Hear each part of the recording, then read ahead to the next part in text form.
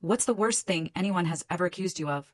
Can you even imagine being 8 months pregnant, shackled to a hospital bed, screaming in agony, while officers accuse you of selling your unborn baby? That's exactly where I found myself, all because of a name my sister-in-law twisted into something so dark, so malicious, it nearly destroyed my family and stole my son. It was just 2 weeks earlier, at our baby shower. My husband and I were beaming, announcing the name we'd chosen for our little boy, James Patrick. James, after my beloved grandfather. Patrick, in honor of my husband's brother, a hero lost in Afghanistan. We thought it was perfect, a heartfelt tribute. But then I saw her face, my sister-in-law, Sandra. Her expression shifted, a strange, almost feral look. She yanked me aside, her voice a low, urgent whisper. Where did you get that name? How did you know about James Patrick? I stammered, confused, explaining the meaning, showing her the framed photos of our family heroes, but she wouldn't let it go. But how did you know? She repeated, almost accusingly. She left without touching the cake, didn't even say goodbye. That night, she blocked us on everything. We shrugged it off, figured she was just having one of her personal issues, a fleeting tantrum. God, we were so incredibly naive. Then, at 5 a.m. 2 weeks later, the pounding started. A brutal, insistent rhythm on our front door that tore through the quiet morning. I stumbled out of bed, still half asleep, and my blood ran cold as I saw them. 2 officers, weapons drawn. That's how we found out. Sandra hadn't just blocked us. She'd gone to the Crimes Against Children unit, spinning this insane, elaborate lie. She claimed we were trafficking our baby, using a stolen identity, that she had proof we were selling our child to the highest bidder. My entire world shattered into a million pieces. They didn't hesitate. They separated us immediately. I watched in horror as they dragged my husband out in handcuffs, my screams tearing at my throat. Before I could even process it, I was in a hospital, supposedly for the baby's protection. And there I was, handcuffed to the bed, like a common criminal, already convicted. Officer Mills sat there, looming, his gun casually visible, a silent, terrifying threat. He slammed a folder onto the table next to my bed.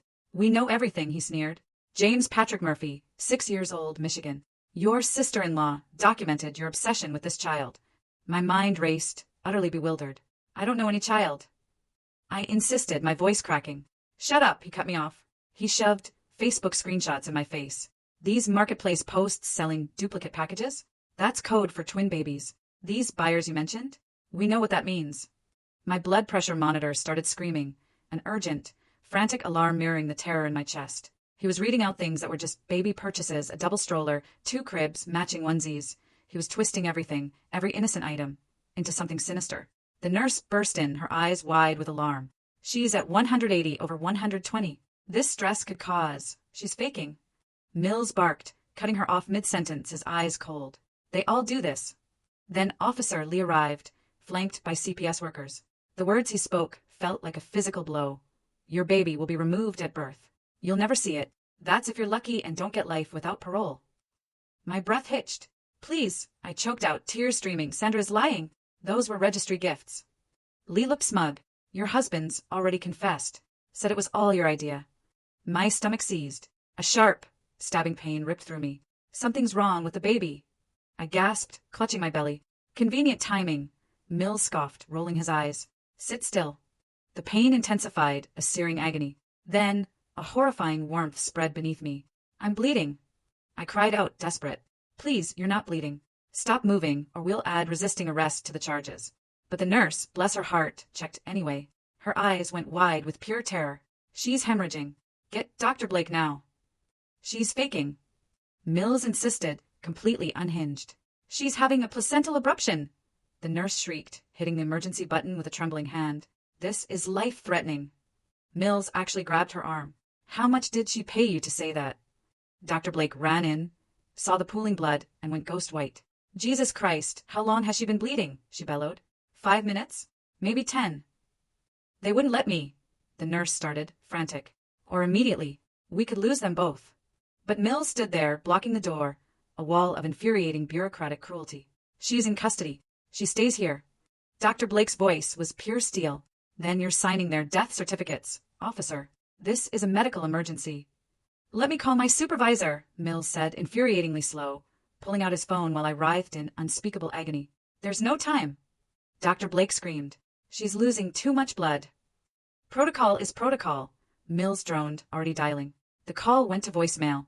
He started leaving a detailed message, calmly explaining the situation, while my vision started going dark. The nurse was pumping fluids into my fore, another nurse rushing in with blood bags. "Her pressure is dropping," someone shouted.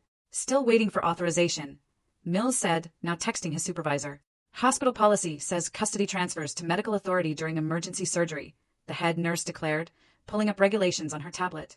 Page 47. Section 3. Mills actually started reading through the policy, while I screamed through another contraction. Blood pooling on the bed. "This looks fake," he said, holding the tablet away. "Could be edited. It's from the federal website." Dr. Blake roared. They finally started wheeling me down the hall, officers jogging alongside.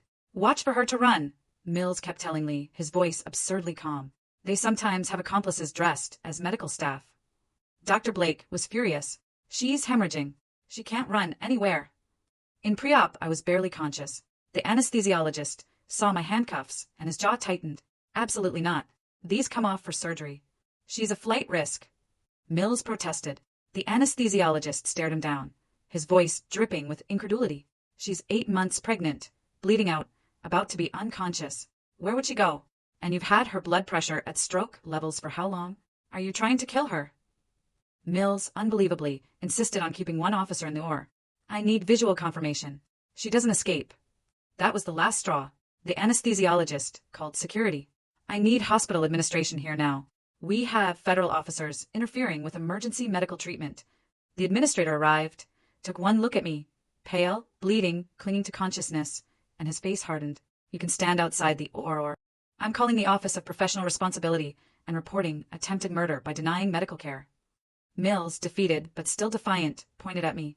"When she wakes up, if she wakes up, we're charging her with everything. The baby goes straight to CPS. No contact." Then everything went black. I woke up feeling like my entire body was on fire, especially my stomach where they'd cut me open. The recovery room lights were blinding, everything fuzzy and wrong. I tried to speak, but my throat was raw from the breathing tube. A nurse appeared, checking my vitals, and I struggled to form the one word that mattered. "Baby?" She looked at me with this heartbreaking mix of relief and sadness. "He's alive," she said quietly, "but he's in the NICU and very small." My heart leaped. I immediately tried to sit up, desperate to see him, but she gently pressed me back down. The movement sent a fresh wave of excruciating pain through my incision, and I gasped. Then came the words that didn't make sense. I couldn't visit him. CPS had taken custody. No contact order. My baby was alive, but I couldn't see him, couldn't hold him, couldn't even know how he was doing. It felt like another brutal punch to the gut. The nurse leaned closer, adjusting my fore, and whispered that she'd documented everything that happened in the OR. She told me the officers had delayed my care for almost 20 minutes, while I was bleeding out. Then, with a conspiratorial glance, she slipped a small piece of paper under my blanket. Her personal phone number. "If you need someone to testify about what they did," she said, her voice firm, "I'll be there. Because it was criminal." She quickly moved away as footsteps approached. A CPS worker walked in, carrying a thick folder of fake, saccharine smile plastered on her face that made my skin crawl. She introduced herself, pulling out forms, claiming they were just routine paperwork about the baby's care. I asked what the papers said, but she just kept deflecting, saying it was standard procedure, and I needed to sign them right away. Something felt deeply wrong. "I won't sign anything without a lawyer," I stated, trying to sound stronger than I felt. Her whole face twisted into a nasty sneer. "Refusing to cooperate will be documented and used against you in court," she spat, "to show you don't care about your baby's well-being." She left the papers on my bedside table and stormed out. Hours blurred into a haze of pain medication and vital checks. Then, familiar footsteps in the hallway. My husband appeared in the doorway, a ghost of himself. His left eye was swollen shut and purple, his right wrist in a brace. He looked like he'd aged 10 years in the time we'd been apart. He rushed to my bedside, and we just held each other, sobbing. Through his tears, he told me they'd finally released him on bail after his brother posted the money. He swore, over and over, that he never confessed to anything. Officer Lee had lied. They'd beaten him in the interrogation room when he wouldn't admit to trafficking our baby. We were still clinging to each other when a different officer walked in, announcing he was there to enforce the no-contact order. My husband looked confused. "The order's just about the baby, not between us." The officer's face was stone. "The order covers all parties involved. You have to leave immediately, or you'll be arrested again for violation." My husband kissed my forehead, a desperate, tender touch, and whispered, "I love you," before the officer escorted him out.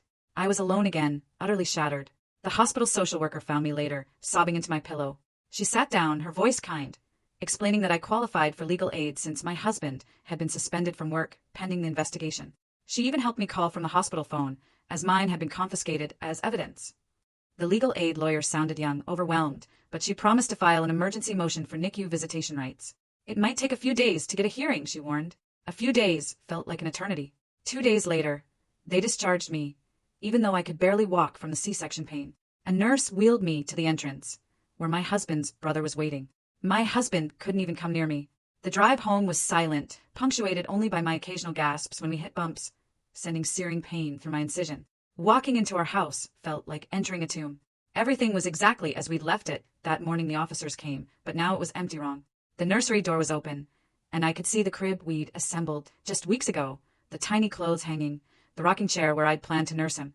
I couldn't go in there. I physically couldn't make myself cross that threshold. I closed the door, and I haven't opened it since. The next morning, I woke up, my chest screaming. My milk had come in, with no baby to feed. The pain was unbearable, physical and emotional.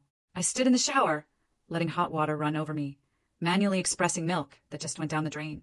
I sobbed so hard I threw up, then had to clutch my incision because the heaving hurt so bad.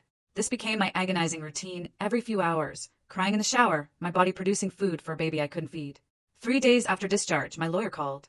The emergency hearing would happen over video because I was too weak for court. I sat at our kitchen table, staring at my laptop, fighting back tears as the judge reviewed the case. The prosecutor, cold and unfeeling, argued I was a flight risk, a danger to the child. My lawyer, fierce despite her youth, pointed out that I'd nearly died giving birth and had no criminal record. After 20 agonizing minutes, the judge ruled I could have 1 hour of supervised NICU visitation daily. But the no-contact order with my husband? It remained. The investigation was ongoing, he said. These were temporary measures for the child's safety. The next morning, I took 3 buses to get to the hospital. I couldn't drive yet. At the NICU entrance, a CPS worker and a security guard waited.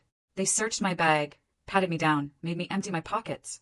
The CPS worker followed me into the NICU, a shadow watching my every move. When the nurse brought me to his incubator, I couldn't breathe. James was so tiny, maybe 4 pounds, tubes and wires everywhere, his skin translucent. I could see his little chest working, so hard to breathe. The nurse, bless her, said I could hold him, and carefully placed him on my chest. He was so light, so fragile. I was terrified I'd break him. The CPS worker stood there, watching, writing notes on her clipboard about how I held him, how I looked at him, whether I seemed bonded. But none of that mattered. My baby was in my arms for the first time. He was alive.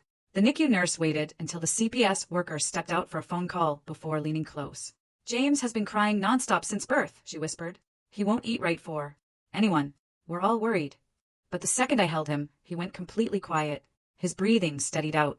She made sure to write all of this in his chart while the CPS worker was still outside.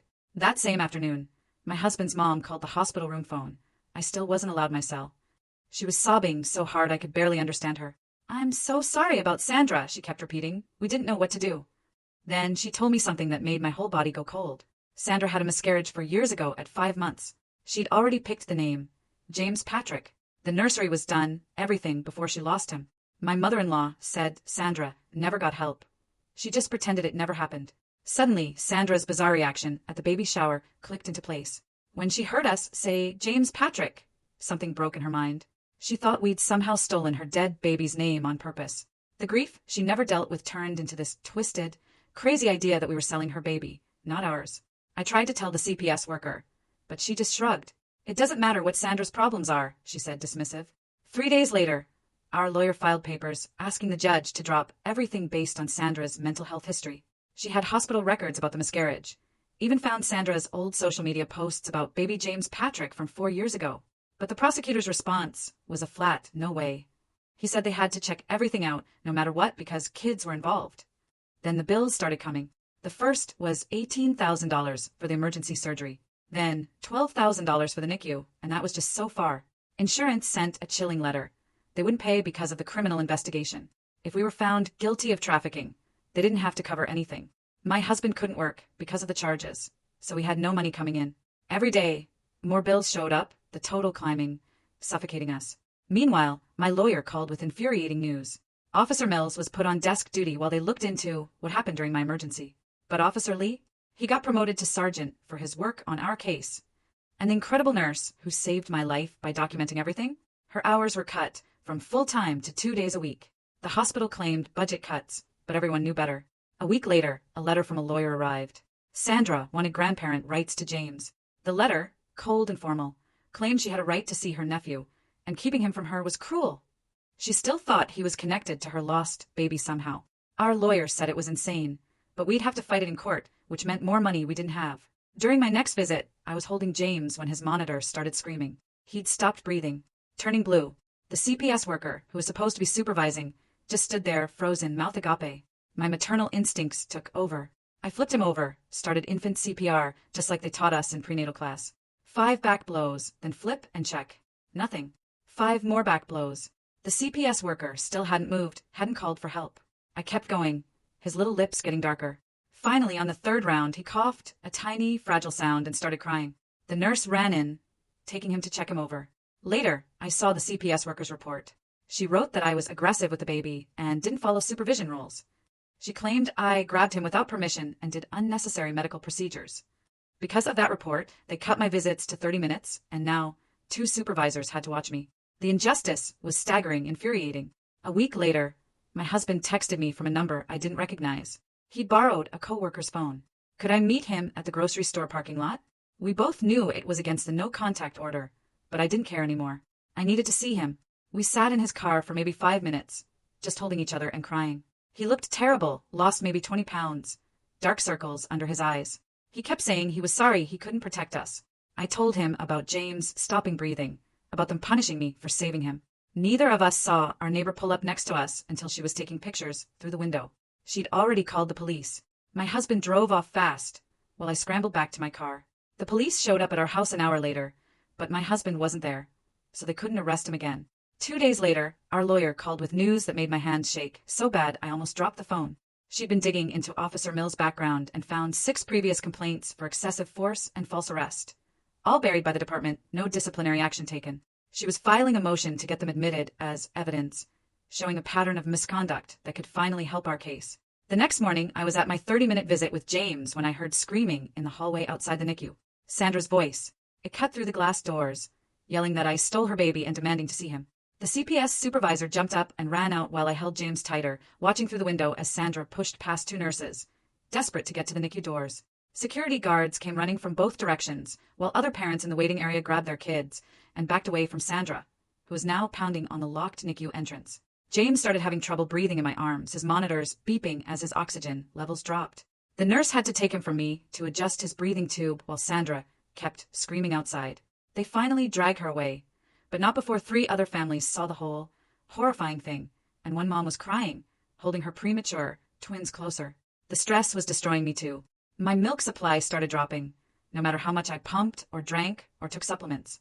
The NICU nurses had to start giving James formula to supplement what little I could produce, and the CPS worker, ever vigilant, wrote it all down, documenting that I was failing to provide adequate nutrition for my son.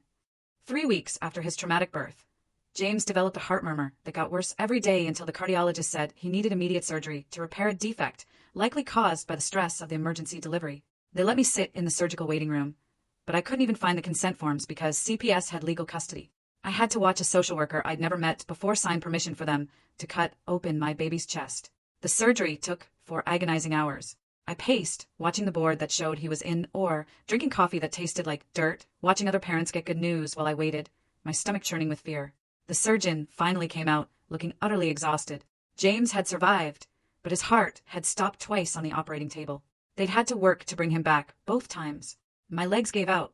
I hit the floor hard, waking up in a hospital bed with an 4 in my arm and a doctor explaining I'd been admitted for severe dehydration and exhaustion. I hadn't been eating or sleeping properly for weeks. While I was still admitted, a nurse friend texted me that hospital security had caught Sandra in the parking garage, wearing stolen scrubs, trying to sneak into the NICU through the employee entrance. They arrested her for trespassing and attempted unauthorized entry. But when the case went to the prosecutor's office, they declined to press charges, saying Sandra needed mental health treatment, not jail time. Our lawyer was furious when she called me about it, especially after what she'd just discovered about our case. She'd gotten access to the original police report through discovery and found that someone had altered it after Sandra's initial complaint, adding details about supposed code words and trafficking connections that weren't in the original version. The timestamp metadata on the electronic file proved Officer Mills had gone back and changed the report 3 days after my emergency surgery, falsifying official documents to make their flimsy case look stronger. She was preparing criminal charges against Mills himself when the prosecutor called with an offer. They wanted me to plead guilty to misdemeanor child endangerment, accept 2 years of probation, and in exchange, They'd drop all other charges, and I could regain custody of James in 6 months. Our lawyer said it was extortion, that they knew their case was falling apart and just wanted to save face. But she also said it might be the fastest way to get James back. I told them no. Immediately. Taking that deal meant admitting we'd done something wrong, when we'd done nothing but choose a name for our baby. My husband disagreed when I told him about it that night, calling from his friend's phone since we still couldn't have direct contact. He wanted to take the deal, just to end this nightmare, to get our son home. 6 months was better than the years this could drag on if we kept fighting. We ended up screaming at each other through the phone, our first real fight since this whole thing started. Him saying I was being stubborn, me saying he was giving up. The next morning, my phone rang with an unrecognized number. A woman's voice said she was a reporter. She'd gotten a tip from someone at the hospital about our case. She wanted to hear our side of the story for an article about CPS overreach and police misconduct. I told her I couldn't comment on ongoing legal proceedings and hung up. But 3 days later, the story ran anyway with the headline, "Local couple accused of selling unborn baby," plastered across the front page of the news website. The comments under the article were worse than the headline itself.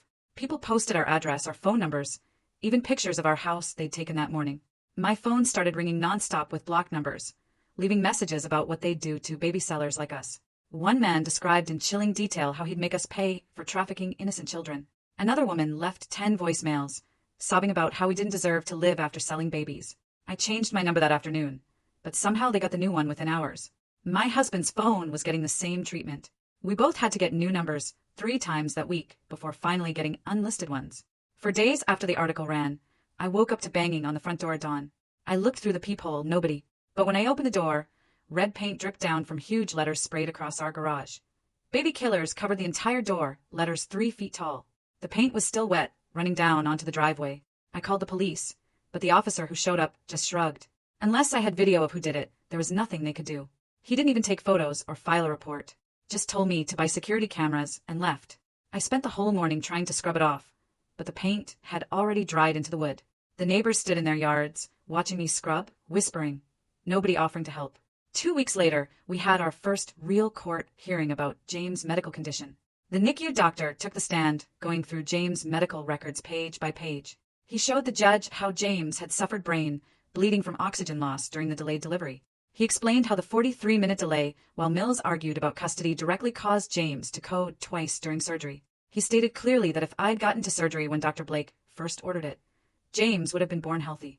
The prosecutor objected constantly, saying the doctor was speculating, but the medical records showed everything. The timestamps proved Mills kept me bleeding in that bed for almost an hour while my baby suffocated inside me.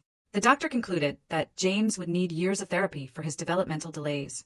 All because 2 cops thought I was faking a medical emergency. 3 days after that devastating testimony, our lawyer called with news that made me throw my phone across the room. Officer Mills had suddenly retired, with full pension and benefits, effective immediately. The internal investigation into his conduct during my emergency was automatically closed since he was no longer an employee.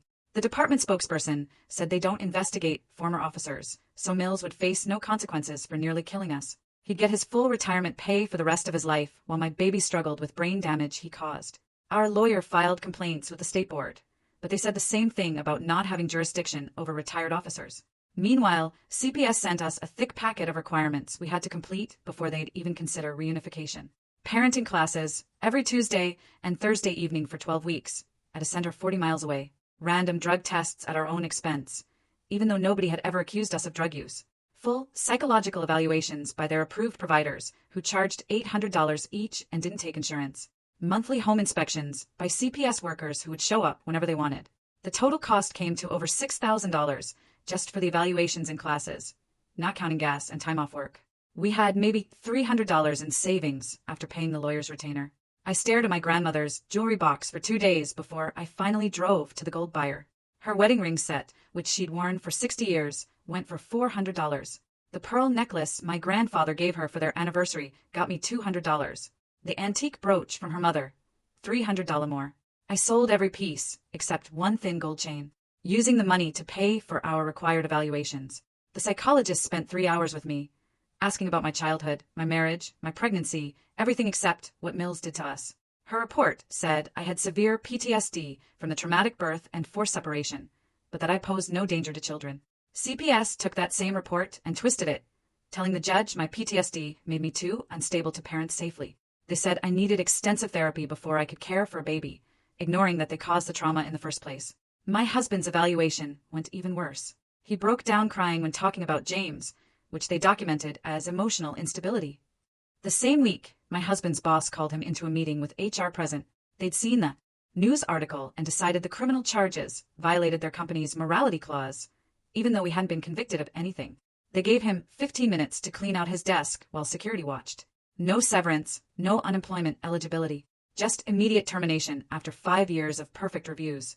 We were now living on just my disability payments from complications after the traumatic birth, barely enough to cover rent. 2 months after that nightmare in the hospital, James was finally stable enough to leave the NICU. But instead of coming home to his nursery, CPS placed him with a foster family 20 miles away. The foster mother seemed nice enough, sending us photos through the caseworker. James in clean clothes, in a nice crib, being held and fed properly. Seeing those pictures of strangers caring for my baby destroyed me worse than anything else. We were allowed exactly 2 supervised visits per week at a government building downtown. Each visit lasted 1 hour in a small room with cameras and a CPS worker watching our every move. James had been with the foster family for 3 weeks by our first visit, and he didn't know us anymore. When I picked him up, he screamed, reaching back for the caseworker he saw every day. The worker, of course, wrote in her notes that we failed to bond with the child, and that he showed signs of distress in our presence. She didn't write that any baby would cry being handed to strangers in a cold government building. By the 4th visit, James would calm down after about 20 minutes, but the damage was done in their documentation. Sandra's family tried to help by staging an intervention at her house, but she locked herself in her bedroom and called the police on them. Her sister told me later that Sandra kept insisting we were criminals who stole her dead baby's identity for trafficking purposes. She had notebooks full of evidence she'd collected about us, including photos of our house she'd taken secretly for months before reporting us. Her husband couldn't take it anymore and filed for divorce and emergency custody of their 2 living children. Sandra responded by accusing him of being part of our trafficking ring, saying he was covering for us because we'd threatened him. The divorce judge ordered her to undergo a psychiatric evaluation, but she refused. Our lawyer spent weeks going through financial records for the prosecutor's office and found something that made her actually gasp on the phone. The private foster care agency getting paid to house James had contracts worth millions with the county. 3 board members of that agency had donated the maximum amount to the prosecutor's re-election campaign. And get this, the prosecutor's brother-in-law was a paid consultant for the same agency. Our lawyer filed a conflict of interest motion, demanding a special prosecutor, but we knew it would take months to get a hearing. 3 weeks passed before the judge even looked at our motion, and when he did, he called it frivolous. He wouldn't remove the prosecutor, but agreed to have someone review the case files independently. The reviewer spent 2 days looking at everything and wrote in his report that he found significant problems with how evidence was collected and documented. He listed 17 different violations of procedure, including Mills changing the police report after Sandra's complaint and the prosecutor hiding evidence that helped us. But then he wrote that despite these issues, the prosecution could continue because the violations weren't bad enough to stop the case completely. Our lawyer slammed the report on her desk so hard her coffee spilled everywhere. The stress was destroying me from the inside out. I couldn't sleep more than 2 hours at a time, and when I did, I had nightmares about James crying for me while strangers held him. Food tasted like cardboard. I lost 20 pounds in 3 weeks, even though I was supposed to be recovering from major surgery. My milk had dried up completely from not being able to nurse him. One morning, I woke up and couldn't remember what day it was or why my husband was in our bed. I thought he was an intruder and started screaming until he turned on the lights and I saw his face. Then I remembered everything and broke down sobbing. But the confusion kept happening. I'd forget where I was or think I was still pregnant, or believe James was in his crib down the hall. My husband found me standing in the nursery at 3 a.m., rocking an empty blanket and singing to it. That scared him enough to drive me straight to the emergency room, where they admitted me to the psychiatric ward for evaluation. The psychiatrist diagnosed me with postpartum psychosis, brought on by the forced separation from my baby combined with the trauma of nearly dying. She said it was actually amazing I hadn't broken down sooner given everything that happened. I stayed for a week, getting medication adjusted and learning coping strategies. But CPS found out immediately. They filed papers saying my mental breakdown proved I was an unfit mother who couldn't safely care for a child. They wanted to terminate our parental rights completely, based on me getting help for a condition they caused. When the hearing happened, my psychiatrist testified for 2 hours, explaining that the psychosis was a direct result of being forcibly separated from my newborn while recovering from traumatic surgery. She showed brain scans and hormone tests proving the separation disrupted my normal postpartum bonding process. She said with proper treatment and reunification with James, I'd recover completely within weeks. But CPS brought their own expert, who never examined me and only read the intake notes. He testified that any mother who developed psychosis was dangerous to children, regardless of the cause. He said I could snap at any moment and hurt James, even if I seemed fine. The judge said he needed time to review both expert opinions, which meant another month of agonizing waiting. During that time, something shifted. Suddenly, after 4 months of supervised visits in cold government buildings, CPS approved unsupervised visits in our home, twice a week for 4 hours each time. James was almost 4 months old now, and he didn't know us at all. The first home visit, he screamed when the caseworker left and wouldn't stop crying for an hour. But slowly, over the next few visits, he started recognizing my voice. He'd calm down when I sang the songs I used to sing while pregnant. I documented everything with photos and videos, showing him smiling at us, reaching for my face, falling asleep in my arms. My husband installed cameras in every room to record our visits, proving we were good parents. We turned his nursery into the happiest place possible, with mobiles and toys and soft music always playing. By the 6th home visit, James would light up when he saw us walk in and reach his little arms out to be held. The caseworker noted the improvement, but still said it wasn't enough to prove we were safe parents long-term.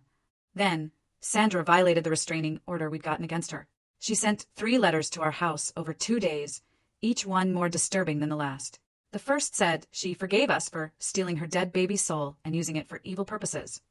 The second explained how James Patrick was actually her miscarried baby reincarnated, and we'd trapped his spirit in the wrong body.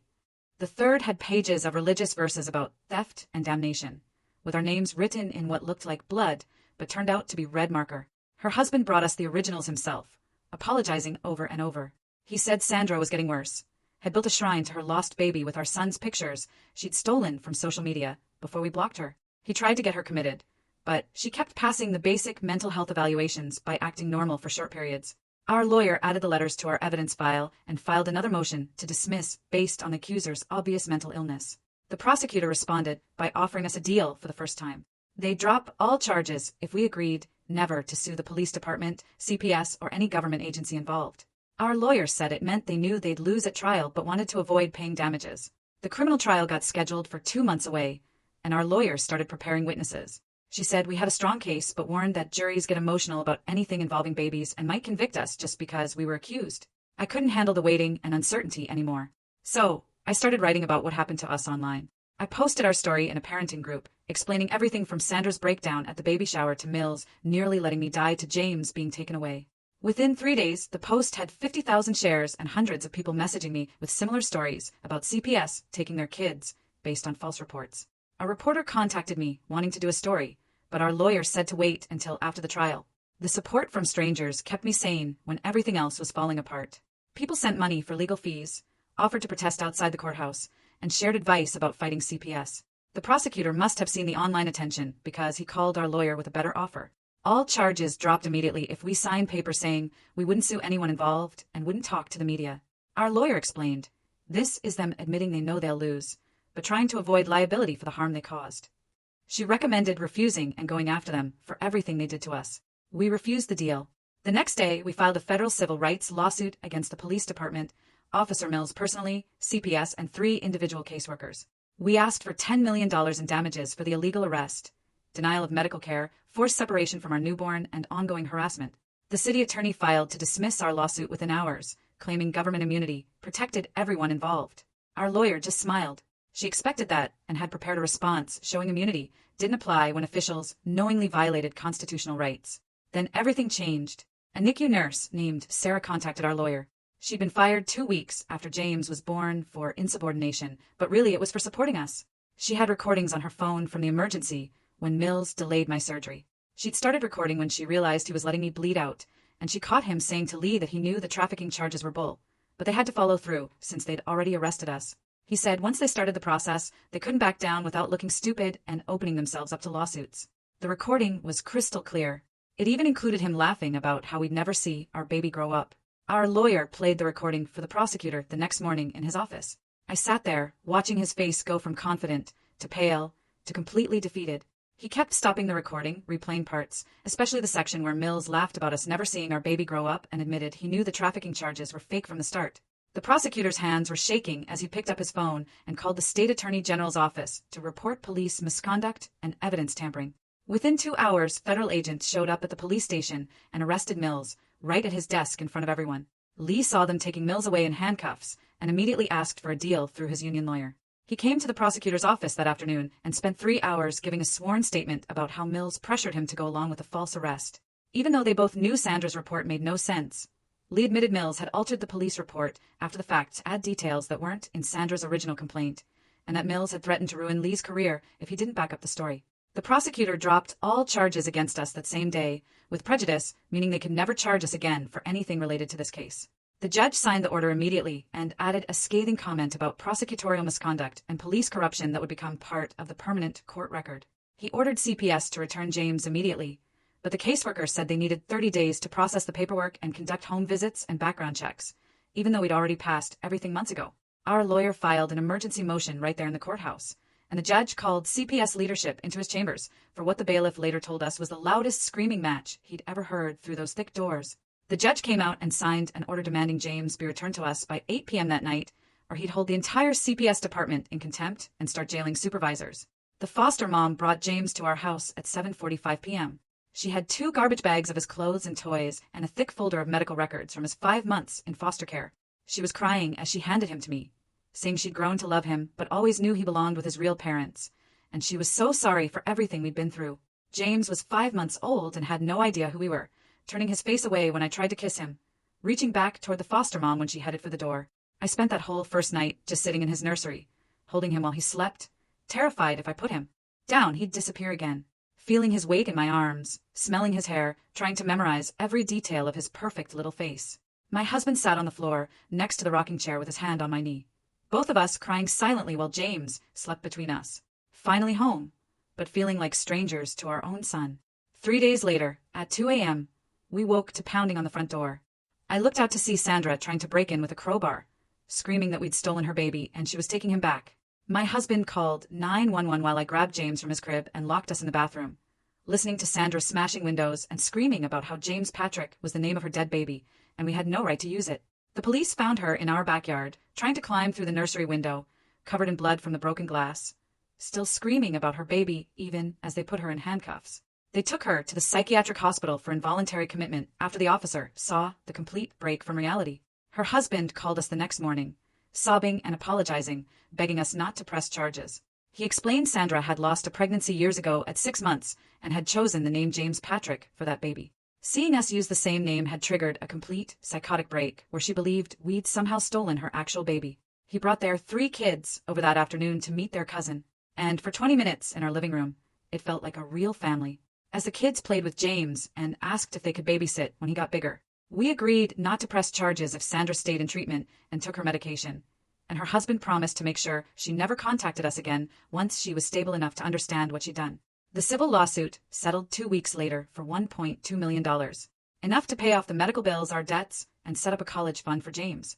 Though the city admitted no wrongdoing and sealed all the records, Mills lost his pension and faced a criminal trial for false imprisonment, evidence tampering, and violation of civil rights under color of law, which could mean up to 20 years in federal prison. My husband and I started couples therapy because the trauma had nearly destroyed us, him blaming himself for not protecting us better, and me unable to forgive him for being arrested and leaving me alone, even though it wasn't his fault. The therapist helped us understand we'd both been victims, and neither of us could have prevented what happened. And slowly, painstakingly, we learned to trust each other again instead of constantly waiting for the next disaster. James started catching up on his milestones quickly once he was home, rolling over and sitting up and babbling constantly, though he still didn't recognize us as his parents for weeks. Then one morning when I went to get him from his crib, he reached up his arms and said, "Mama," clear as day. And I sat on his bedroom floor, crying for an hour while he played with his toys and kept saying it over and over. Mills got convicted 8 months later, and the judge sentenced him to 18 months in federal prison, which, let's be real, wasn't nearly enough for what he did. But seeing him in handcuffs and an orange jumpsuit gave us some peace. The hospital invited us to a ceremony where they announced new policies about police interference in medical care, calling it James Law. It required officers to defer to medical staff during emergencies and made it a felony to delay life-saving treatment. A year later, we set up James' high chair in our backyard with a small cake while my husband grilled burgers for the few family members who still talk to us. The mailman handed me a card with Sandra's treatment facility's return address, and inside, she'd written 3 shaky words. "I'm so sorry." The first real apology we'd gotten from her. James smeared blue frosting all over his face while my husband's cousin took photos, and his mom helped clean up the mess. Everyone pretending the past year hadn't happened. 2 weeks after the party, my husband came home carrying a box from his old desk because a tech startup owner who'd followed our case online had offered him a senior position with full benefits and flexible hours. He started the next Monday, and his first paycheck covered our entire month's expenses, plus extra to start paying down the legal debt that had crushed us. The NICU nurse who'd saved that recording called to tell us she'd gotten her whistleblower settlement check for $80,000 and had already enrolled in nursing school to become a patient advocate. She sent us updates every few weeks about her classes and how our case inspired her professors to add new curriculum about standing up to law enforcement overreach. The state legislature contacted our lawyer about testifying at hearings for 3 different bills they were drafting based on what happened to us. We drove 4 hours to the Capitol, and I sat at a long table with a microphone while senators asked questions about Mills delaying my surgery and CPS taking James without evidence. The bills passed 2 months later, requiring police to defer to medical staff during emergencies, mandatory recording of all custody removals, and immediate judicial review of emergency separations. Sandra's husband brought us a thick envelope 6 months into her treatment with a 10-page letter she'd written during therapy sessions. She explained how losing her pregnancy had broken something in her mind, and seeing us use the name James Patrick had made her believe we'd literally stolen her dead baby's soul. She wrote that she understood she'd never meet James and accepted that as consequence for what she'd done, but wanted us to know she was taking her medication and working to get better. Another year passed, and I was pregnant again, this time with a girl we decided to name Hope. The delivery happened in the same hospital, but it felt completely different. No handcuffs, no officers, no threats. Just my husband holding my hand while the nurses, some of the same ones from before, celebrated with us when Hope arrived, healthy and screaming. We brought her home 2 days later to meet James, who is now walking everywhere and getting into everything. And he kept trying to share his goldfish crackers with her. He'd point at her and say, "Baby," over and over, then run to get his toys to show her, even though she was too little to play yet.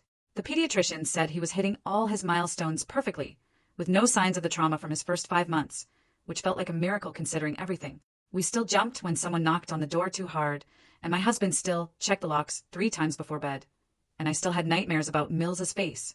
But we had our family together under one roof, with no supervised visits or caseworkers or court dates. Just normal problems like James refusing to eat vegetables and Hope keeping us up all night. Our marriage counselor said we'd made incredible progress, learning to trust again after the system had tried to destroy us, using our love against us. My husband's job was going well, and we paid off half the legal debt and even started a small savings account for the kids' college funds. James would never remember those horrible months in foster care or the NICU where he'd cried for parents who couldn't come, but we'd remember for him. We kept every document, every photo, every piece of evidence in a box in our closet because someday he'd be old enough to know his story. For now, though, he was just a happy toddler who loved his baby sister and his toy trucks and had no idea his name had almost cost us everything. Man, after all that, it's still hard to wrap my head around. Have you ever faced something that felt so incredibly unjust? Something that turned your whole life upside down in an instant? Or have you heard about similar stories of systemic overreach? Tell me what you think. I really want to know your take on all of this.